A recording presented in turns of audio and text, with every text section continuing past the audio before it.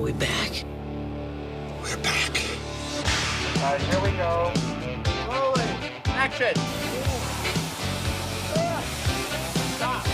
For Back to the Future Part 2, director Robert Zemeckis and executive producer Steven Spielberg have reassembled the cast from the first film. Returning are Michael J. Fox as Marty McFly, Christopher Lloyd as Dr. Emmett Brown, Leah Thompson as Marty's mother Lorraine, and Tom Wilson as Marty's arch nemesis Biff Tannen.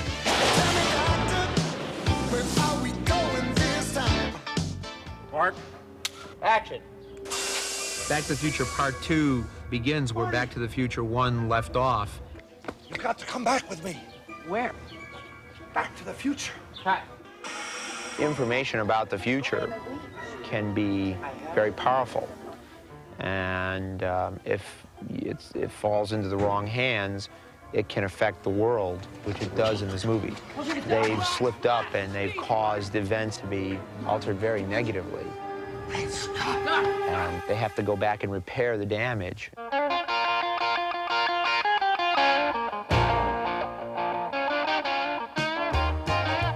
Marty would be hurled back to 1955, and the filmmakers would have to meticulously recreate sets and scenes from the first film.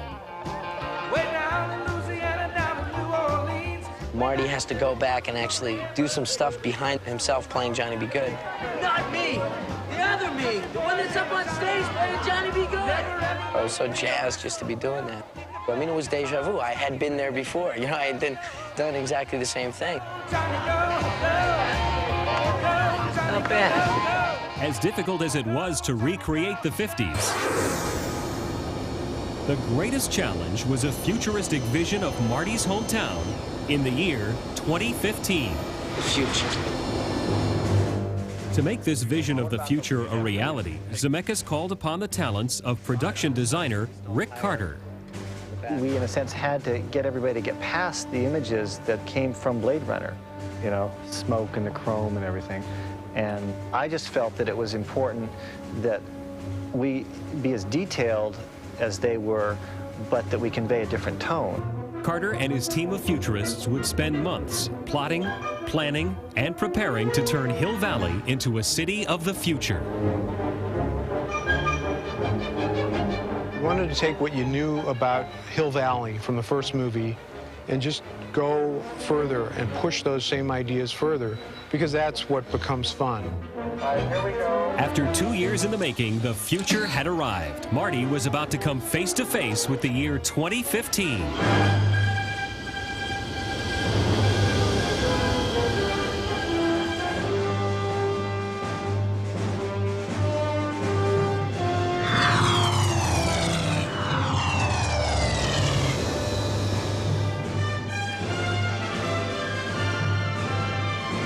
Hill Valley isn't the only thing that's changed in the future.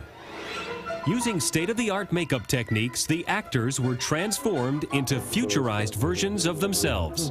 The process itself is pretty time-consuming. It's, you know, it was about 4 hours all told. Could be worse. Could have a job. Beautiful, huh? I look like a really old Mr. Clean like this, don't I? An old, bitter Mr. Clean. Look, I'm sick of cleaning up floors. That's not the most pleasant thing in the world, but I think that's all worth the fun that you have when you're actually in character. No comment, damn it! No comment! The characters created through these advanced makeup techniques were a closely guarded secret during the shooting of Back to the Future Part 2.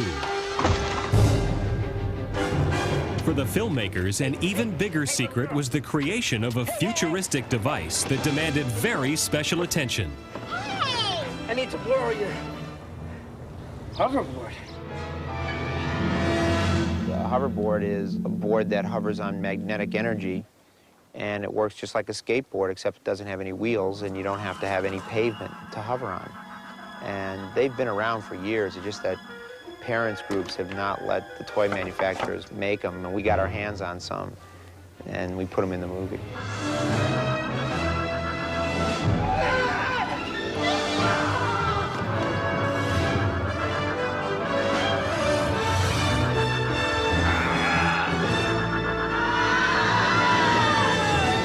this is going to really blow people away. It's just everything.